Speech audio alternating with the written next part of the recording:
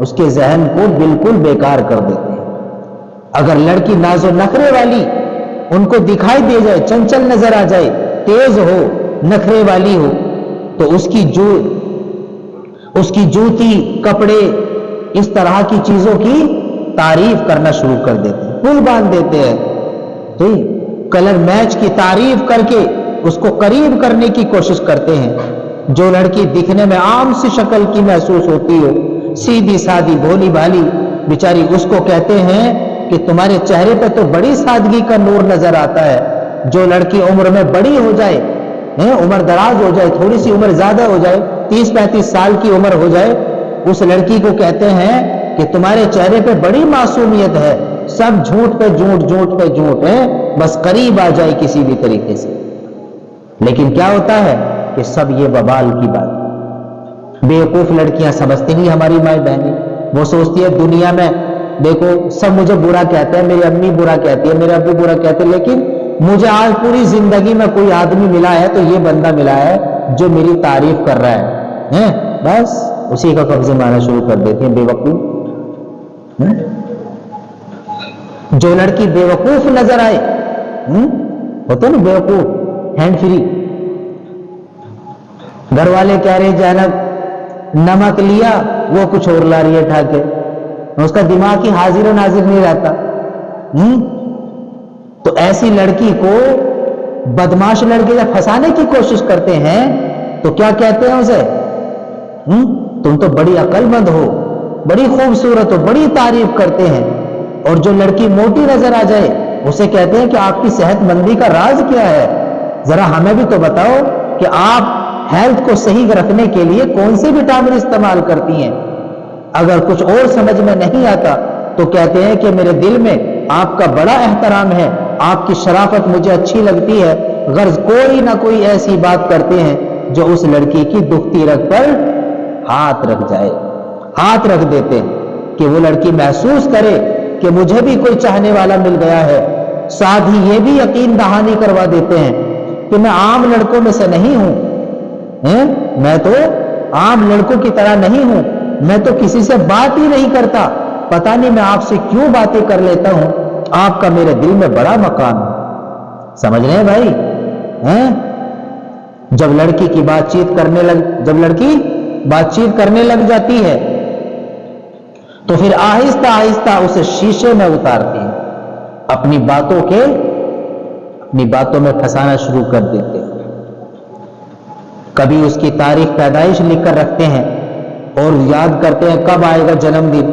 سب سے پہلے وہ بھی نہیں دھوتی ہوں گی لڑکی، فوراً جنم میسج بھیج دیتے جی آج آپ کا جنم دن ہے، وہ بھی خوش ہو جاتی ہے عقل مند کہ لو بھائی میرے پاس سب سے پہلا مبارکباد بندے نے بھیجے، دیکھو اسے کتنا دھیان ہے میرا، نہیں گمراہی کے راستے۔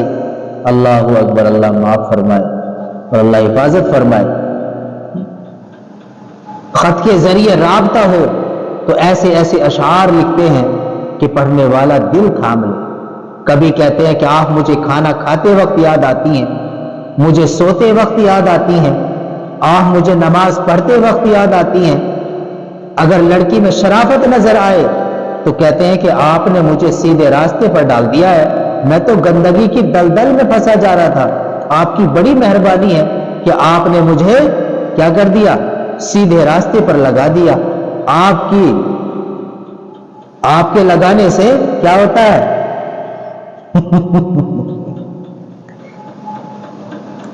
اگر لڑکی کے اندر نماز پڑھنے کا شوق ہو، لڑکی نمازی ہو، تو کہتے ہیں کہ میرے لیے دعا کرنا، مجھے تمہاری دعاؤں کی قبولیت ہونے پر بڑا یقین ہے، آپ میرے لیے دعا کرنا کیونکہ مجھے آپ کی دعاؤں پر بڑا یقین ہے کہ قبول ہوگی میرے حق میں۔ اگر لڑکی میں کوئی بیماری نظر آئے تو اس کے علاج معالجے کی باتیں کرتے ہیں۔ اللہ، مقصد یہ ہوتا ہے کہ کوئی ایسی بات کی جائے جو لڑکی کو اچھی لگے، اور وہ بھی کوئی بات کرے تو پھر بات سے بات بڑھے۔ جب محسوس کرتے ہیں کہ لڑکی نے بے جھجک بات کرنا شروع کر دی ہے تو بات چیت کے دوران کبھی کبھار کہتے ہیں کہ آپ مجھے بتائیں کہ آپ مجھے کیوں اچھی لگتی ہیں۔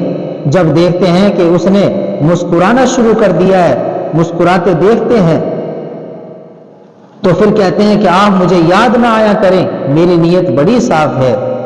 ویسے بھی اللہ والا آدمی تھا، زبان کے لفظ تو بڑے اچھے ہیں کہ میری نیت صاف ہے، ایسا نہ ہو کہ مجھے آپ کو بھلانا مشکل ہو جائے۔ کبھی کبھی بات چیت کے دوران کہتے ہیں حیرانگی کی بات ہے کہ میری اور آپ کی پسند اور ناپسند کتنی ملتی ہے۔ کبھی کبھی کہتے ہیں کہ آپ بہت عقل مند ہیں، آپ نے فلاں مشورہ بڑا اچھا دیا۔ کبھی صاف لفظوں میں کہہ دیتے ہیں کہ میں آپ کو اپنانا چاہتا ہوں، میرا مقصد برا نہیں ہے۔ ان تمام ہتھ کنڈوں کا مقصد اصلی کیا ہوتا ہے؟ زبان پہ تو چاہت اور دل میں ضرورت۔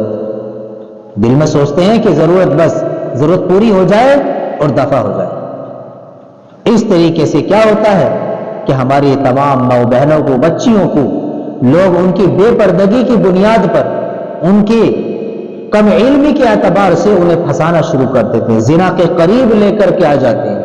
اگر بچیاں پردے کا اہتمام کریں، بچیاں پردے کے ساتھ اسکول جائیں، اسکول سے پردے کے اہتمام کے ساتھ آئیں اور اپنے والدین کی نافرمانی نہ کریں، اپنے والدین کو تمام باہر کے مرحلات کو بتائیں کہ ہمارے ساتھ ایسا ہو گیا ہمیں۔ اگر کسی نے باہر سلام بھی کیا ہے، اور یہ بات ماں باپ کو ہونی چاہیے، بتانی چاہیے کہ اگر راستے میں آپ کو کوئی سلام بھی کرے تو ہمیں آ کر کے بتائیں کہ وہ فلاں آدمی نے سلام کیا ہے۔ کیوں؟ تاکہ بچی کو ہر بات بتانے کا شوق پیدا ہو جائے کہ ہاں ہمارے ماں باپ ہم سے ہر بات پوچھتے ہیں۔ ان بچیوں کو ان کے پیچھے پاسورڈ لگائیں کہ ہم تمہاری نگرانی اسکول تک کی کرتے ہیں۔ ہم نے آپ کے پیچھے جو ہے نا کسی آدمی کی نگرانی لگا رکھی ہے، کسی آدمی کی نگاہ تمہارے پیچھے تیز ہوتی ہے، ہم نے